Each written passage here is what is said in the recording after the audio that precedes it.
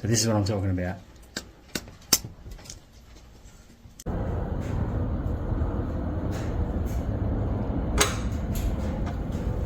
Surely not.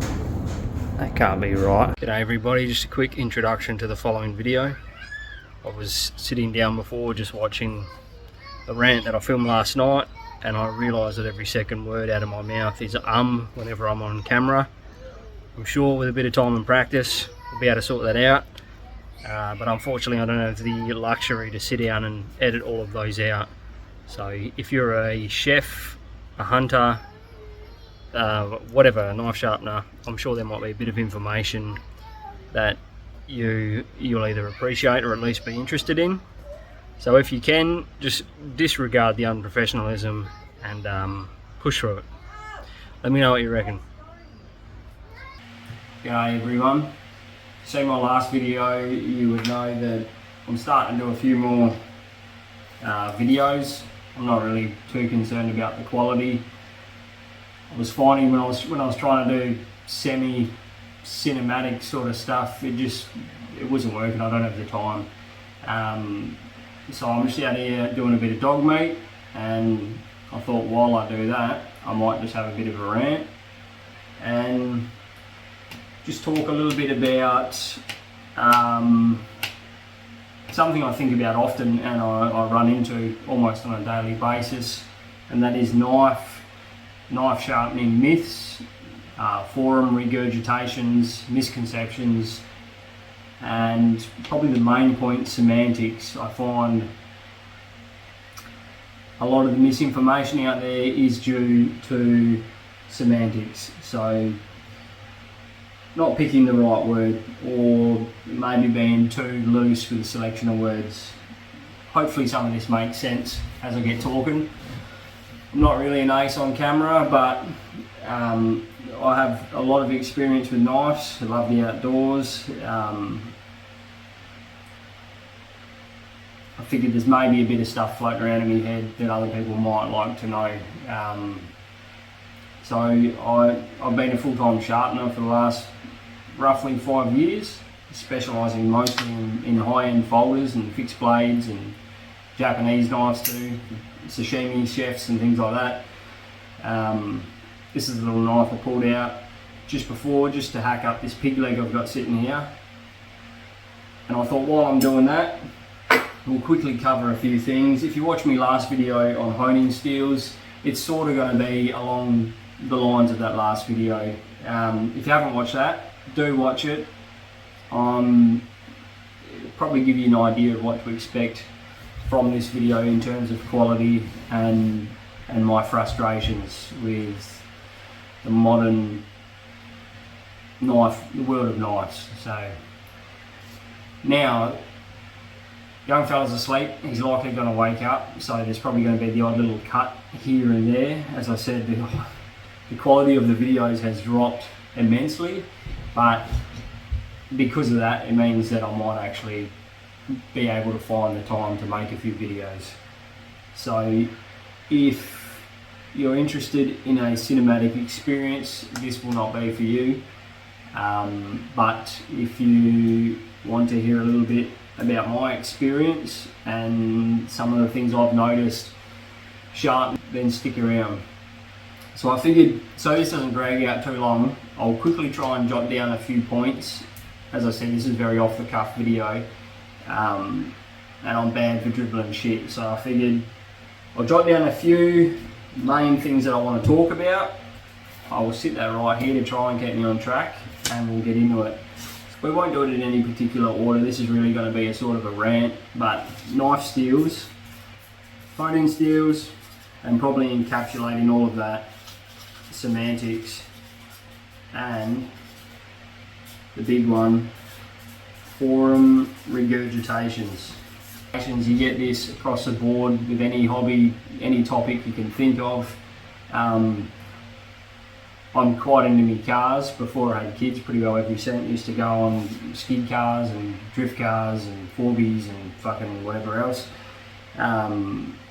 And you get the same thing there. The forums can be an awesome, obviously there's a wealth of knowledge, there's a lot of knowledgeable people on forums, but there's an equal amount of people that have no idea what they're talking about, whether it's from trolling or just repeating shit they've heard. That's the usual one. There's a lot of misinformation on the forums, as I said, whether it's cars, knives, boats, hunting, you name it. And it is a problem, especially amongst the general public. And the thing I found with knives is just about every single person uses knives. Every household has a block of knives, so it's not uncommon to hear a lot of these myths. I mean, I hear these every single day. I run a mobile sharpening service, so I'm doing house calls mostly. I also do a lot of mail-in work, but every day I'm hearing all sorts of shit. It's usually the same few things. I might try and jot down a few here. One being carbon steel. Carbon steel is overrated. 100%, there is no question about it. 2025 carbon steel is overrated. Just out here checking one of the traps with the mutts, and I thought I'd quickly interject. There'll be a couple of these over this video, just either clarifying or correcting things regarding carbon steel knives. Now, after watching this video, you might get the impression that I'm not the biggest fan, or that I don't recommend carbon steels. It's not the case. I do believe they have their place. You know, I thought there is a chance there may be a sashimi chef watching this, someone that's got a Zen garden. They get out the old sharpening pond, the uchigimoris, and they treat sharpening and caring for their knife almost in a ritualistic manner. Can definitely appreciate that. I've gone through that phase myself. I've got a lot of blue, white, spicy white steels, yanagi bars, all sorts of things. So if you are a psychotic Japanese chef that obsesses over edges so sharp that they don't cause cellular damage, don't worry, I understand you. But for most home users, if you're looking at getting into Japanese knives, I'd always recommend something like VG10 or even HAP 40. Anyway, I just felt I had to put that in there. Carry on. Now, something I should probably make clear, with all of these points we go over,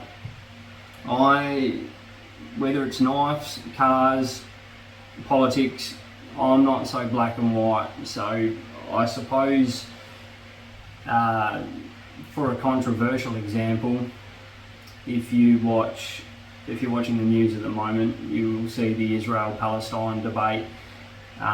If someone hears you criticise Israel, they automatically assume you're pro-Palestine, and vice versa.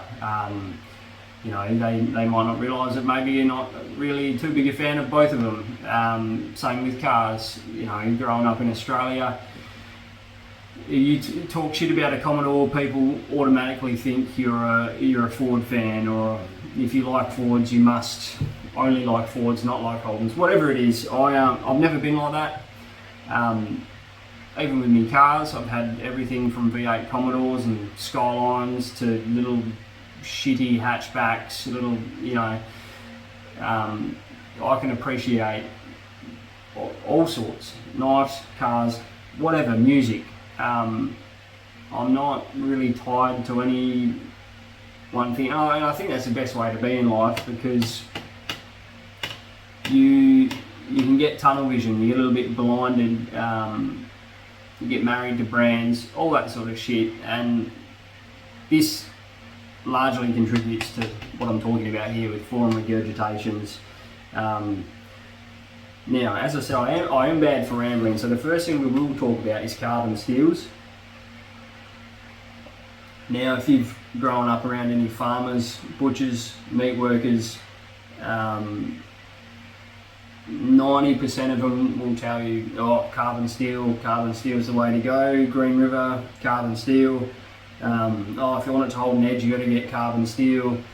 Stainless, you know, you can't get stainless sharp, all this sort of stuff. You've probably heard it all before. Now, I don't have many followers, but I know a lot of you are in the US, so if the stuff I'm talking about is completely foreign to you, let me know. If you hear the same stuff in your country, let me know. I'm interested. But carbon steels, this is a colonial cutler thing. So, at least in Australia, when the cons settled here, they were bringing a lot of cutlery over from Sheffield, and then eventually they got set up, same as Frontier America, you know, they got up and they started making their own stuff.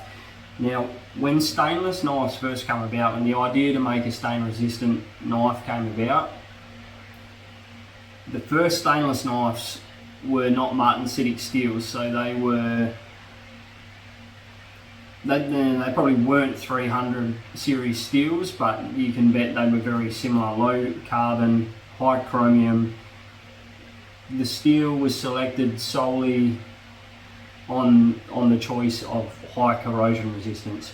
So I know quite a few people that have it's extremely common in beginner knife making. People go grab a bar of 304, 316, whatever, any old stainless, they try and make a knife out of it, and they realise it's shit, it's gummy, it doesn't deburr, it doesn't take a nice edge. If you do end up getting an edge on it, it doesn't hold that edge. So way back in the day, when stainless knives first came about, the choice of steel was solely focusing on corrosion resistance. So you had a choice: carbon steel, which was the traditional, you know, you probably think of something like 1084, 1095 along those lines, or something similar to a 300 steel. Now obviously 1095, while I think it is massively overhyped, at the time it was infinitely better than any stainless. It takes a very nice sharp edge very easily, and the stainless knives, they were shit. Really hard to get an edge on, wouldn't hold it, and as I said, really hard to deburr. So that is why people wanted carbon steel knives. They go and buy a set of knives, they wanted to make sure they were carbon steel knives, high carbon, rusty trusty. If it rusts, it's good, you know, it gets sharp very easily. Stainless, shit. Now even in the 80s, got a lot of, this was back in the days of Jap crap, so I've got a collection of weird, obscure 80s Japanese knives, kitchen knives and commercial knives, and they're shit. They're extremely bad, and they are still, some of them are still made out of the sort of stainless. Some are almost like Oz 6 sort of level, not bad, pretty good, and some are, you sharpen them and I'm almost sure they're like similar to a 300 series stainless. So not enough carbon in the steel to actually harden the steel to any sort of degree you would need for a decent knife. So that was the thing back in the day. If you wanted a good knife, you get a carbon steel knife. Everyone knew that. Everyone's granddad knew that. Everyone's granddad told them that. 98% of the population has no idea what they're talking about when it comes to knives. And they've heard that from their granddad, they regurgitate it, they go on a forum, they post it, stainless is shit, stainless is brittle, blah blah blah. You know, and I'm not, you know, if you don't know nothing about knives, whatever, there's heaps of stuff I don't know jack shit about. Sports, I'm fucking horrible with. I do follow a bit of UFC, boxing and stuff like that, but and I'm right into it, but as far as following active fighters and all this sorts of shit, I would be considered a filthy casual. So I'm sure there's a lot of stuff I talk about when it comes to MMA that people are like, what are you fucking on about? So it is what it is. I'm not judging anyone, I'm just trying to clear up a few things, because as I said, I run into these myths and misconceptions every single day. Now I've sharpened at this point through Razorback somewhere in between 10 to 20,000 knives. That number goes up considerably if you want to count belt sander edges. I do offer a budget edge. I don't know if that's the daughter laughing or the young fella's just got out of bed. I'll keep yarning until he comes in anyway. But that's where that comes from. So that's why people favour carbon steels, and people just keep regurgitating it. Now, move forward to now, the cheapest cheap shit commercial stainless knife you're going to get is usually going to be X50 CR MOV 15, which is like the plain Jane standard cutlery steel. If you really cheap out, you might end up with something like 3CR, 420J, 5CR, things like that. They're a bit shit, but I flip-flop between being a bit of a steel snob and needing Magna Carta Rex 121 and all this, and then next minute I'll carry a rat in Oz 8 for the next 6 months because I'm of the opinion that anything's better than a sharpened rock. So I can appreciate the entire spectrum of knife steels. I think a lot of them have their place. Something like a Victorinox, the softer mid-50s heat treat, it's probably not a bad thing. They're going to get through that knife pretty quickly. They're going to put terrible edges on it. They might burn them, whatever, and they're disposable. Even really good knives, in a couple of months, these guys turn them into toothpicks and they're in the bin. So it's horses for courses, like everything. Now, the other thing, staying in the current timeline, 2025, a lot of people will recognise there is a lot of good stainless steels out there. S90V, S110V, just a few off the top of my head, for example, which everyone knows they hold an edge a lot longer than carbon steel, pretty well any carbon steel. Now, veering over to semantics, you hear people use the term high carbon and carbon steel interchangeably. I probably do it from time to time, but the problem with that is something like S110V, it has a lot more, it is a stainless steel, but it has way more carbon in it than 1095. The 1095 is considered a high carbon steel, S110V is not, but it has almost double the carbon content of 1095. So you can sort of see what's happening with this. Now, even going back to really cheap shit stainless, things like 440A, Oz 6, Oz 8, 8CR, this is where we sort of move into forum regurgitations. You will get a lot of people saying it's shit, don't waste your time for it, with it, and then you get the same people doing backflips over a K-bar Becker in 1095 Crovan. They love it, it's great, it stays sharp for ages. Now, if you use your knives flat out on a regular basis and you're honest with yourself, you'll see very quickly that something like 1095, that edge is fucking wiped out insanely quick. Like it's shocking how quick a 1095 edge, especially on something like this, which is something I'm actually going to get stuck into in a minute, because this is why I sat down. I'll finish my coffee and we'll get stuck into this pig leg and I'll try to keep talking. But 1095 in terms of edge retention, I encourage everyone to, and I hate to be one of the old use your shit people, right? I don't care what you do with your knives. I've got no problem if you have them for pocket jewellery, whatever, it's your fucking knife. The only thing I will say on that is,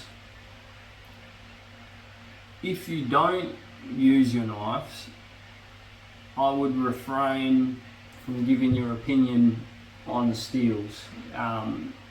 Anyone that's been in any sort of EDC circles you see it every day. People,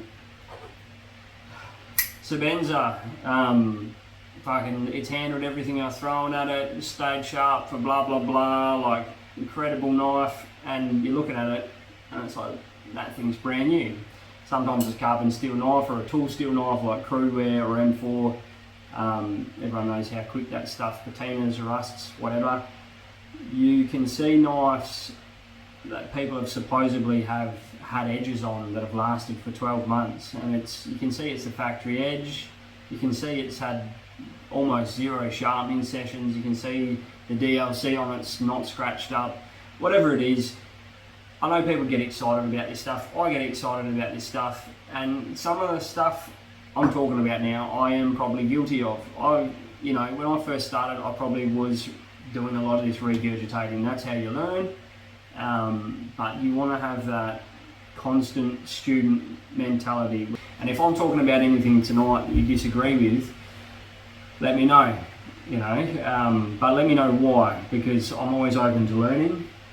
But everything I'm talking about tonight is a combination, well, mostly my experience, and if I am going to pull any data from anywhere to form an opinion on a knife steel, it's usually what I do before I buy it. I will go to Catra or Larron Thomas, he uses Catra data anyway, and vice versa. So it's amazing how many people they're aware of Larron Thomas, they're aware of Knife Steel Nerds, they're aware of Catra, they're aware of his charts showing toughness, edge retention, corrosion resistance. They have the charts, it's right in front of them, and they still manage to get it completely wrong. Now, a good example, 14C 28N. I love 14C 28N. As I said, I use everything from 1050 series in machetes to Rex 121, right? Horses for courses. Again, just because I'm saying this about 14C doesn't mean I don't like 14C. Unfortunately, this is the internet, so I do have to explain this stuff. But 14C, great balanced steel. People talk about how much they love it. The same people talk about how much they dislike 420HC. It's worthless. Gerber uses a lot of 420HC. The Strong Arm, this classic knife, it's got a pretty good reputation from people taking it into the military, not breaking it. Oh yeah, it's pretty good. 440A, I'm not a massive fan of 440A, but if you use this knife and you use a knife in 14C, you'll notice that you can't really tell a difference. Now, if you're honest with yourself, you're splitting hairs when you're comparing entry-level stainless steels. So to say that 440A is trash, it's not worth buying, and then to praise 14C for its well-balanced properties, it doesn't make any sense. And the funny thing is, if you want to split hairs and you really want to look at the data, you'll see that 440A, one of the most despised steels, actually outperforms 14C in terms of edge retention. I think it's by half a point. Check these for yourself. I haven't checked these charts in a long time, so if I make a mistake, let me know. But as I said, I do know that 440A holds an edge longer than 14C. That fact alone spins a lot of people out. Now, I don't go parading that 440A is awesome because it does that, because it's half a point difference. You will not, in real world use, you're never going to detect that. I could hand a knife to anyone. I could hand a knife to myself. I sharpen super steels every single day. I sharpen low grade cutlery steels, carbon steel every single day. If you gave me a knife in Nitro V, 420HC, 8CR, 440A, Oz 8, there's endless other examples, I would be none the wiser.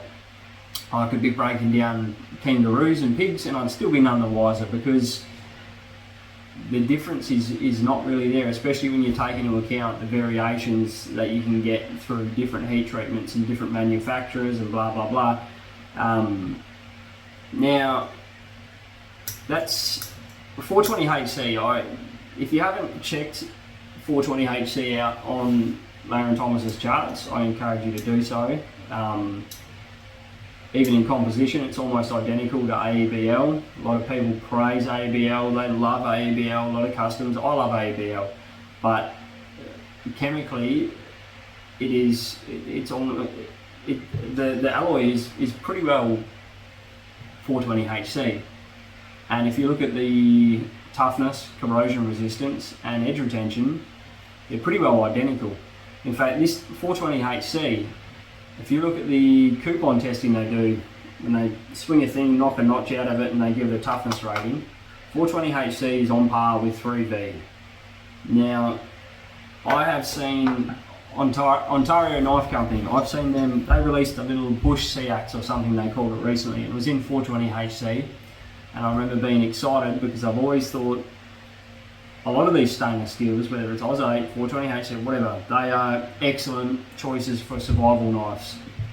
Corrosion resistance, incredibly tough. You can use them in big choppers and whatever. You can hammer away. You don't have to worry about them chipping out or snapping a lot of the time, you know. Disregarding heat treatments, right? So they released this little knife in 420HC, and I was quite excited. I thought, sick, you don't see a lot of 420 these days. The only time you'll hear anything about 420HC is when someone wants to go spinning yarns about the Paul Bose heat treatment for buck, which, yeah, it's great, it's good stuff.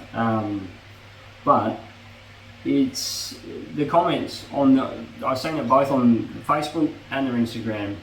Every single comment was like, 420HC, what the fuck is this? If it was in 1095, I would buy it, right? We're talking about a bush knife, something you want to take out bush. It's going to get wet, humid, bashed around, you're probably going to chop shit, you're probably going to do dumb shit with it, whatever, bones.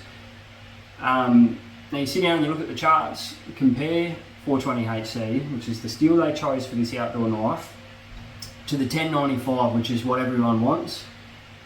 And 420HC has double the edge retention. It has like 8 times the toughness. It has like 10 times the corrosion resistance. It takes a nice edge easily. The only thing that I would say, the only benefit to using 1095 as opposed to 420HC is for the manufacturer. If you're making knives in your driveway, it's a lot easier to work with a carbon steel because you can make it with a blowtorch, and if you're not too worried about achieving max hardness, a bit of canola oil. You can't do that with stainless steels. They need very specific soak times, and some of them are air hardened, so you might need big aluminium, whatever. It's a more complex process as soon as you start adding chrome, vanadium, any sort of alloying element, or most alloying elements, especially chrome, vanadium, and a few others. So you're the consumer. So how difficult that knife is to heat treat, as long as there's not a huge difference in price, it doesn't really matter, so we can forget about that one. Now, the only other advantage that 1095 is going to offer you over 420HC is it is going to be slightly easier to get slightly sharper. It's going to respond slightly better, teeny bit better, to a traditional honing steel than 420HC would.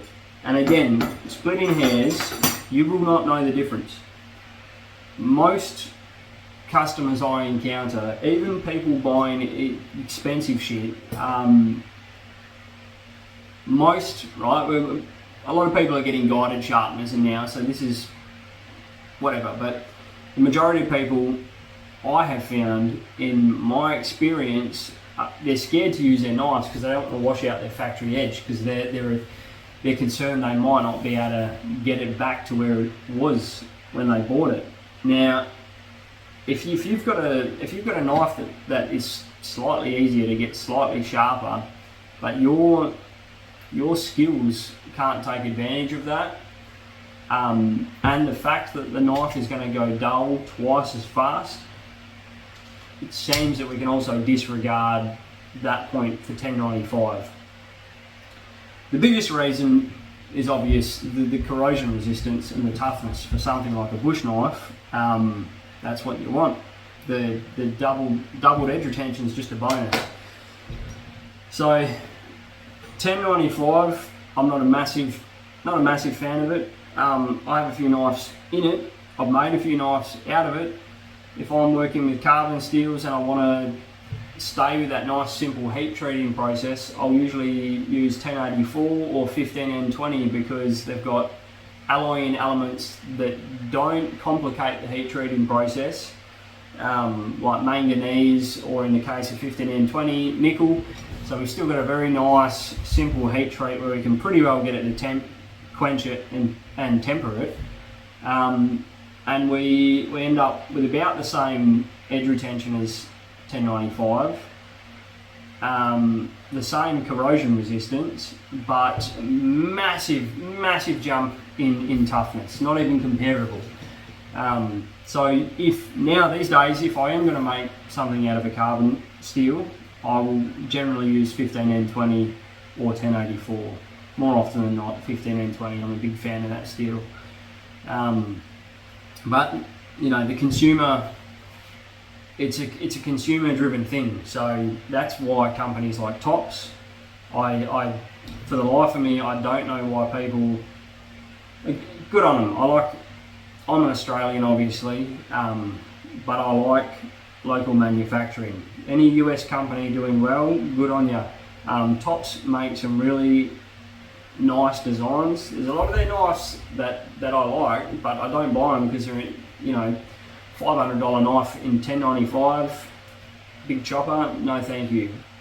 Far too delicate in my opinion. If you go watch a channel like Joe X, you will see that everything I'm saying, or go out there and go break your own knives. You'll find out what I'm saying has some merit. So Joe X, flat out breaking tops, 1095, bang. You drop back to 1075 or 1084, that problem's gone.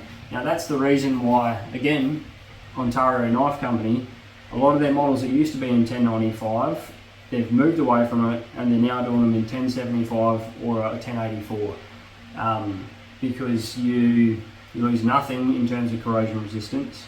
You lose an imperceptible amount of edge retention, but you gain an incredible amount of toughness. So 1095 for me, no thank you. You're probably sitting here thinking, wait a minute, I've got a an SE in 1095 or a Tops, and it's great. I've smashed bones with it and all sorts of stuff, and I haven't even got a chip in it. Now, you make glass thick enough, it's hard to break. You compare 1095 to something like 420, there's zero competition. Now, another thing that I wanted to talk about, now I don't want to throw them under the bus too much, but it is disappointing and there is a reason for it. SE knives.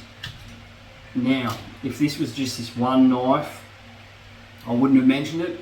I did contact SE to see what they can do about replacing it, or possibly replacing it and letting me pay the difference on the S35VN model. It seemed like it was a bit too much of a fuck around, so I thought whatever, it can sit in me drawer for a few years. But SE, survival knives, lifetime warranty. You can see 2 pokes on here. Now, I've been reassured by countless knife makers. Everything I've read has told me the same thing. And the SE3 that I tested, I scraped the coating off to make sure. It didn't seem to make any difference. This knife costs just under 200 Australian dollars, a little 1095 knife. I'm in love with their sheaths. I don't know why people change these out for Kydex sheaths. When it's on the hip, it's so easy to get out and in. I love the sheath. That's pretty well why I love the knife. But this knife came in at 44 HRC.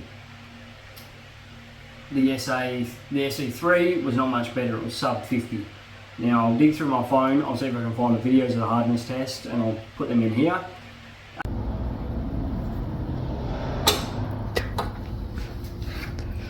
What the fuck? But there's a reason I hardness tested this knife, and that is because it did not matter what edge I put on it.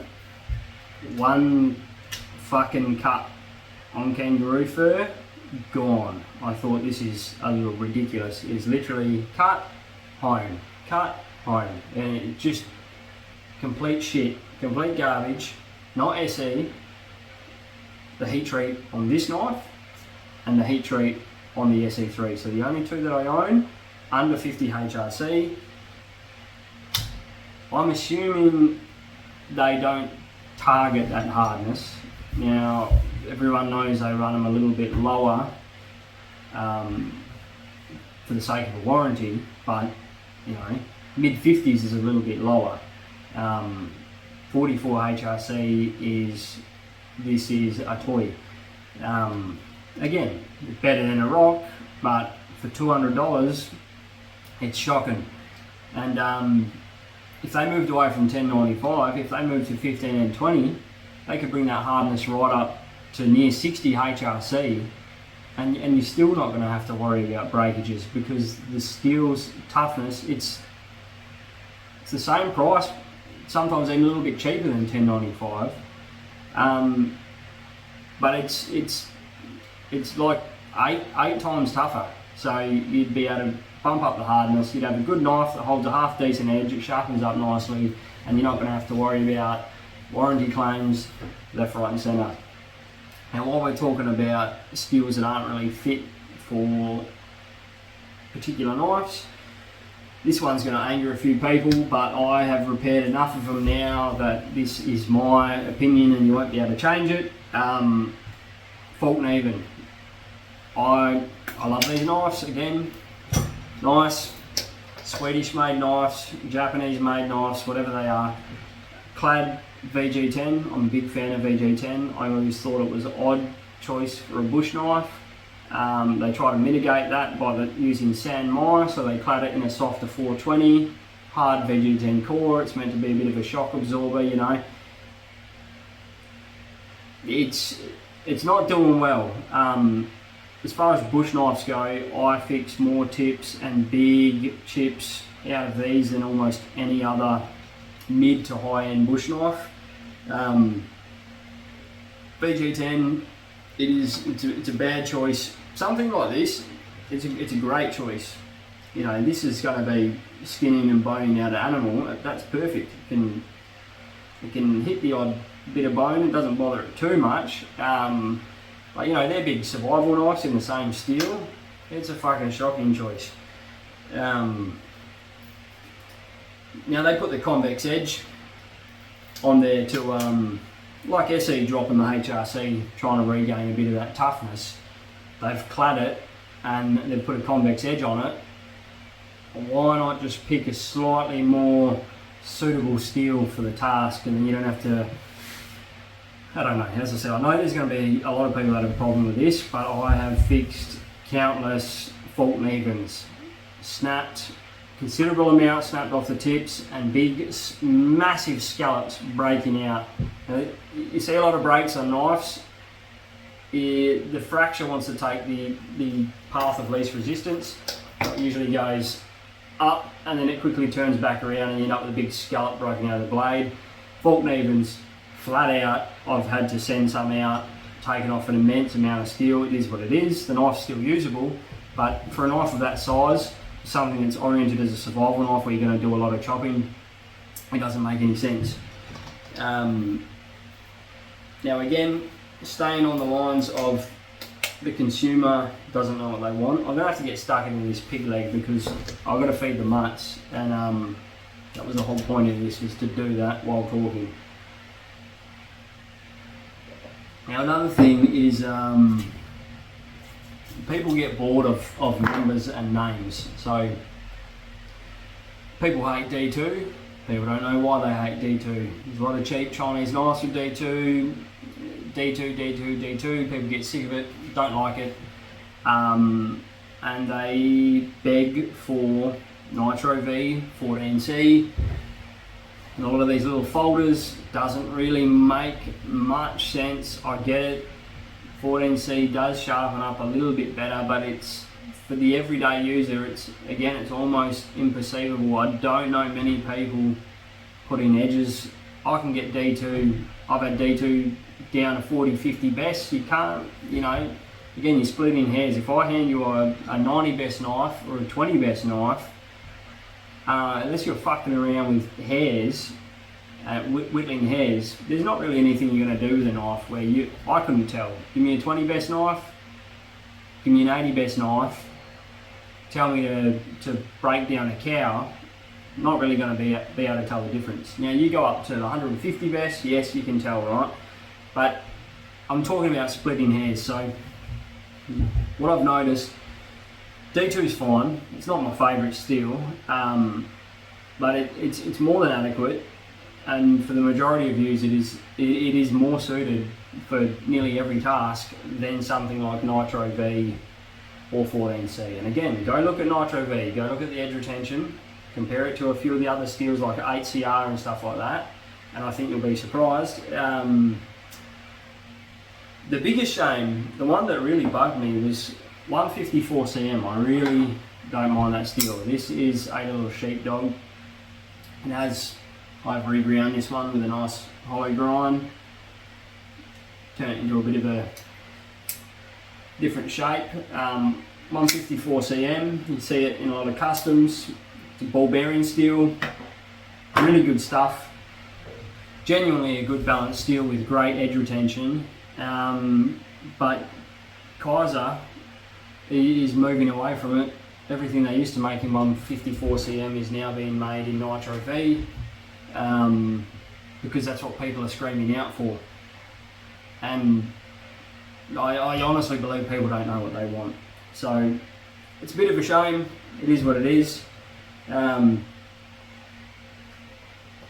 But this is across the board. Just a quick heads up for the more sensitive souls amongst us, there is a bit of meat coming up. Just breaking down a pig leg for the dogs. I have decided to put this warning after a while back. I decided to put a video of me breaking down a cow. I thought fellow knife people might find it interesting, but it turned into a bit of a shitstorm. So here you go. I could put pork chops on my videos all day long, no one's got a problem with it. As soon as there's a bit of fur or a hoof on it, they come out. So again, you're a vegan, good on you, no problems with you. But if you're like the last ones that come commenting on my video, which some of them were going as far as saying that riding a horse is taking advantage of animals while wearing Nike shoes and using iPhones that were made with child labour in China, then don't bother. If you're one of them people, you can get right off my channel. If you're just a vegan that doesn't like meat, that's cool with me, whatever. But the dog's got to eat, and I guarantee the way I kill them is a lot more humane than the way they kill them. So, 3, 2, 1, meat on your screen. Now I'm going to get this pig leg out and get stuck into it, because otherwise I'm going to be here all night. What were some of the other things that are bugging me that I wanted to talk about? While we're on the topic of doing hardness tests, everyone praises SE, they're great. I hear people saying they've taken them out camping for fucking however many weeks and they come back and they're still shaving sharp. I don't care what heat treat you've got on 1095, if you take it out for 2 weeks out in the bush and you come home and it's still shaving sharp, without doing any sort of maintenance to it, you have not used that fucking knife. 1095, the edges on 1095, you get beautiful edge on 1095, but it just evaporates. Yeah. But while we're on the topic of hardness testing, Italian knives. You go on the internet, everyone knows that Italian, they heat treat their M390 soft and blah blah blah. This line steel in Nylox, there was another line steel I tested on the day, and it was also in Nylox, Gitano. They were two of the best performing steels in terms of outright HRC, and I tested Spydercos that day, tested a lot of Magna Cut, Benchmade, some cheaper stuff, the SEs. I've never got a line steel where I've used it, and I use all of these get filthy. They get, if you want to really shatter your perception on a lot of these super steels, go cut up a sandy boar or sow or kangaroo, and you'll see that it just destroys your edge. If you really take them out and really put them through some tough shit like this, everything you read on the forums is basically horse shit.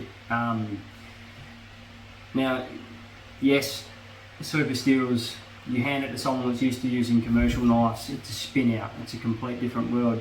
But if you go out, you shoot 4 roos, your knife is after them 4 roos, your knife is still in need of a bit of love. All this talk about them, if you're opening Amazon packages, and that's pretty well as far as you go with it, good on you, that's great, I don't judge you for it, but that's probably about the only time we, you know, Rex 121, Maximum, things like that aside, it's pretty well the only time that you're gonna get a steel where it's like, holy shit, it's been a couple of months and this thing's still got quite a usable edge on it. But yeah, as I said, all this data's out there. I'm talking mostly from experience, but I feel like I've exhausted just about every bit of information I can find on knives and knife steels on the internet over the decades, and it's there's a lot of horse shit out there. Heaps and heaps of horse shit.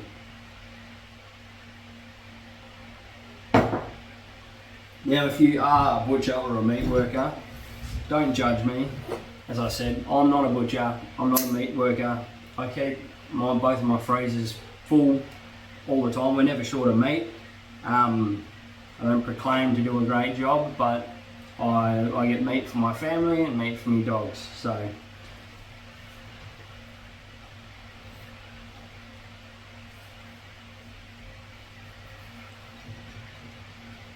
now this is probably the worst. Kangaroos and pigs are about as bad as it gets in terms of destroying a new edge quickly.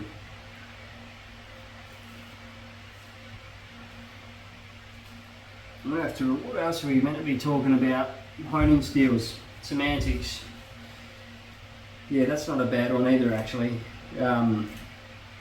Going to any kitchen, any sort of hunting circles, anywhere where there's knives, you mention a honing steel, the people cannot wait to jump and tell you that if you accidentally call this thing a sharpening steel, you are in for a lecture.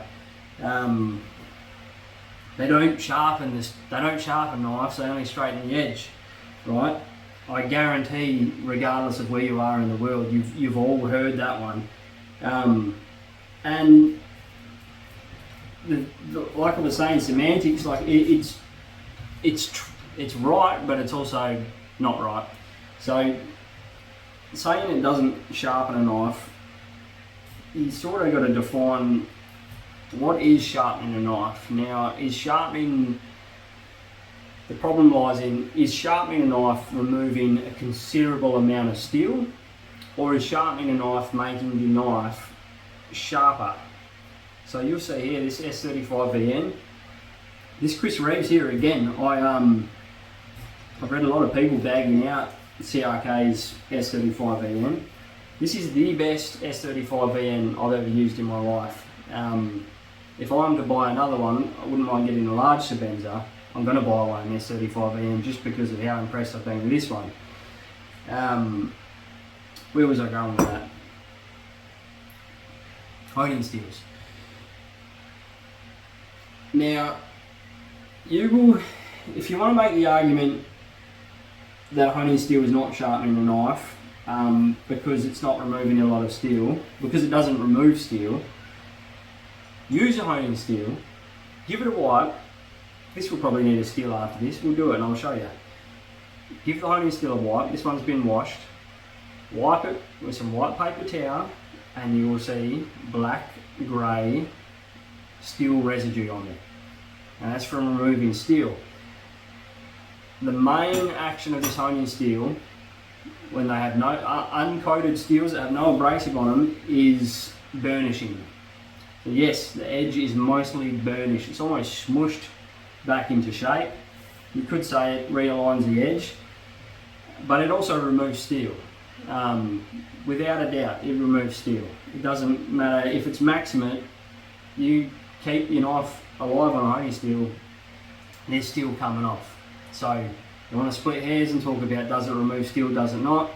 It does. Now, how that one's coming out, that little myth there, is because people, the home cooks, for instance, hunters too, a lot of them, they'll usually wait till their knife is completely fucked, like chipped, rounded, and then they will go to try and put the knife on a honing steel, realise it doesn't do anything, and then someone will tell them that's not for sharpening, you're going to be there all day. Now, if you had a couple of weeks to stand there honing non-stop, you would get your knife sharp. It's exactly the same as going to a super high grit. It's just horses for courses. So, in my opinion, a honing steel does sharpen a knife because it makes the knife sharper. You can feel the knife, you can feel that edge jump straight back to life. Only after a few swipes, the knife is now sharper. It now glides through meat a lot easier. You can make the argument you've sharpened the knife. Or you can decide, because compared to a diamond steel, it hasn't really removed that much steel, so it's not sharpening the knife. It's all semantics, and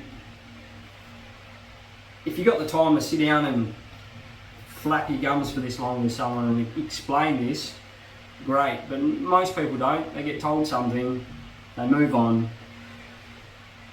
A moment in time arises where they then regurgitate the same thing. They tell someone else tells someone else, you know. I know a lot of really good, experienced chefs that don't know fuck all about knives or sharpening, or they think they do. Again, I'm not attacking anyone, but it's just how it is. You know, they know what they need to know for their field. I'm sure they know a lot about food. There is a lot of chefs, obviously a lot of Japanese chefs, but probably equally as many Australian ones that are great. They can probably get ripper edges on their stones. They might know everything about steel, you know. Maybe everything I'm talking about now is no news to them, but to those people, I'm not talking to you. I'm talking to the general population, and also a lot of misinformed hobbyists that just like to regurgitate shit that they read. It's part of learning. I've had to relearn a lot of things because I've read a lot of stuff that's not true.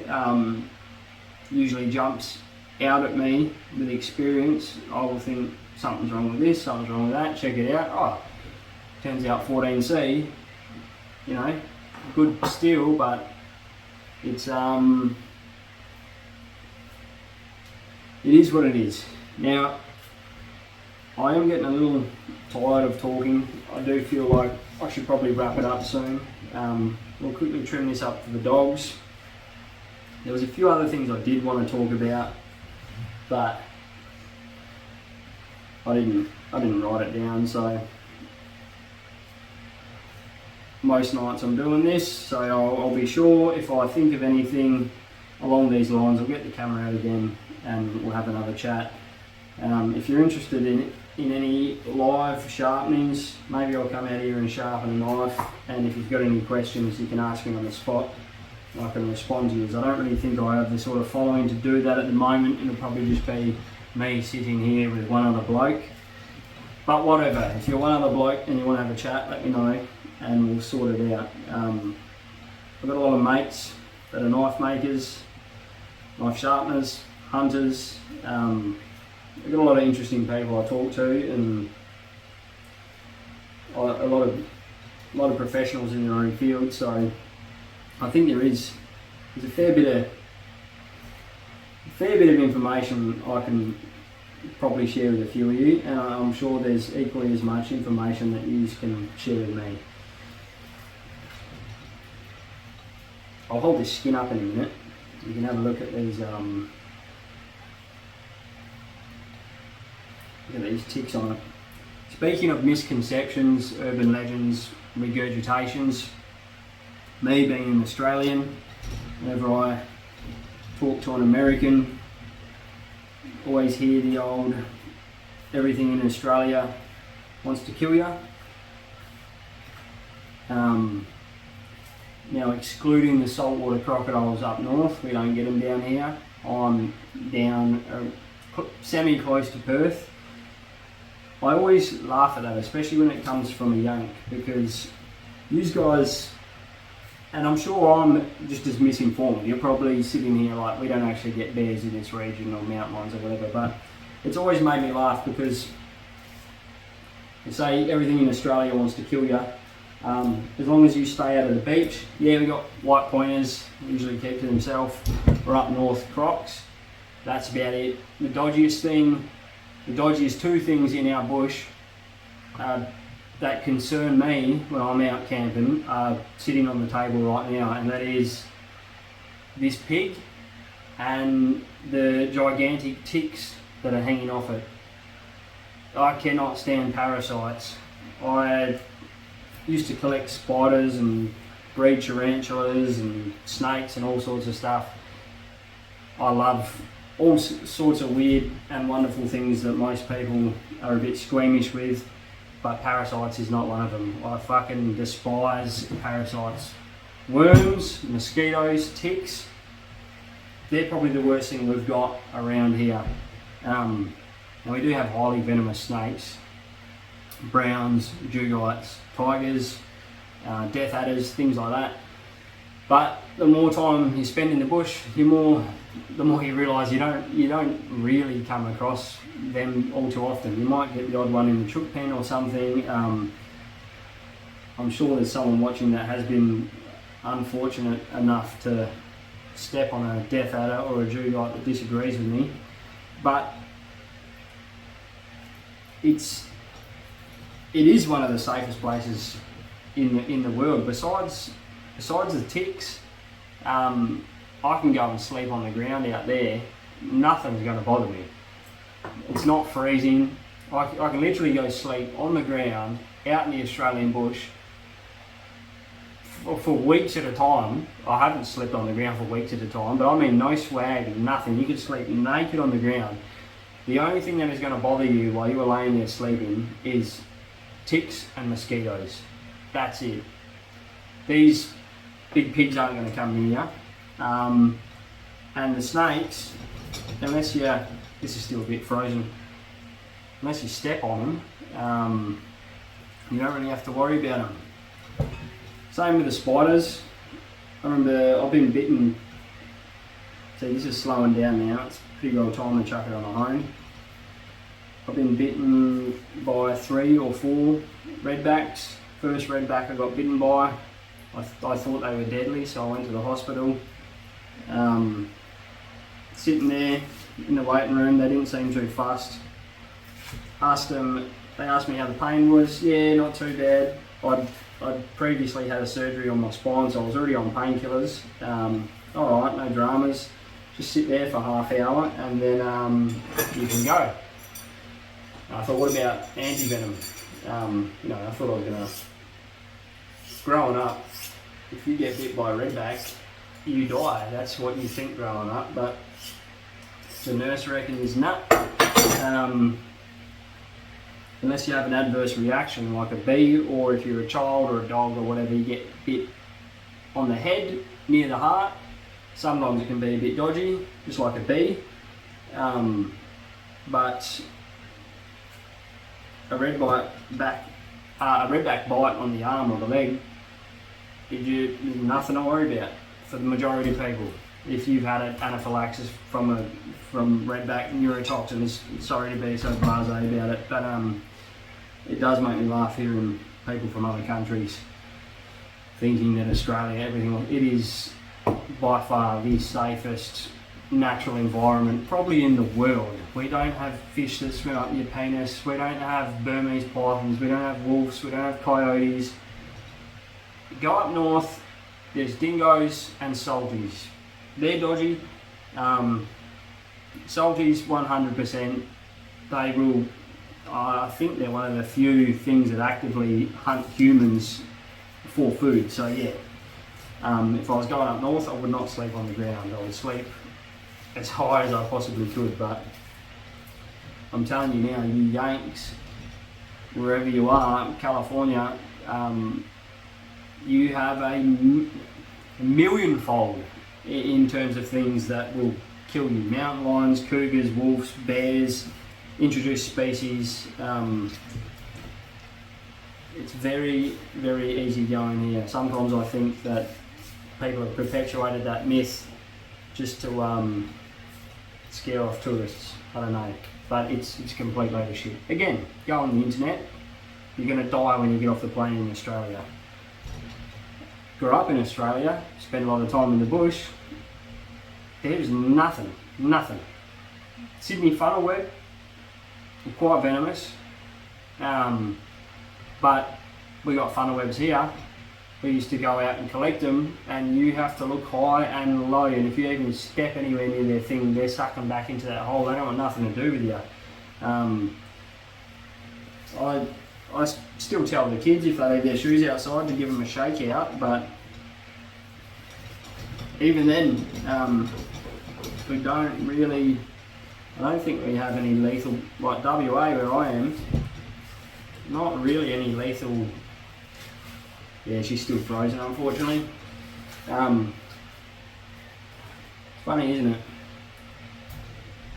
Now, I think I should probably wrap it up. I've been going for a solid hour. That's a fucking long YouTube video for someone sitting here dribbling shit out in the back room. So, we'll wrap it up. But if there's anything you disagree with here, or if there's anything you want to know, whether it's knives or outdoors related, whatever it is, let me know. And next time I've got a spare hour, I'll sit down and we'll have a chat about it. I've got a pretty decent knife collection, and I have, there's not many, at least, brands of knives that I haven't sharpened. My whole service is targeted towards people with expensive stuff, so I get sent and I get to handle a lot of really, really nice stuff that I probably wouldn't be able to otherwise, because I've got a mortgage and a family to feed and all that. Now, I do get a bit silly sometimes and splurge. At one point it was a little out of control, but yeah, I've got every sharpening system you can imagine. Wicked edge, multiple different versions of TS profs, old Langskis, razor edge, paper wheels, every model of Tormek, belt sanders, Aussie made ones, Taiwanese made ones, Chinese ones. Got a large collection of synthetic and natural stones. You name it. As far as sharpening goes, I'm a big knife nut. I love my knives. I love metallurgy. I love steel. But if there is one thing that I can confidently speak on, it's sharpening. So if you want to know anything about that, or if you want to see me make a video about anything, any particular sharpening, I'm fucking losing it a little bit here. Sharpening device, whatever. If you want me to make a video about something, drop a comment and we'll see if we can get around to it. If you made it this far into the video, thank you for watching. If you haven't, it's no sweat off my balls. I had to sit here and do this anyway, so thanks for watching, and I might see you in another one. Alright, good night.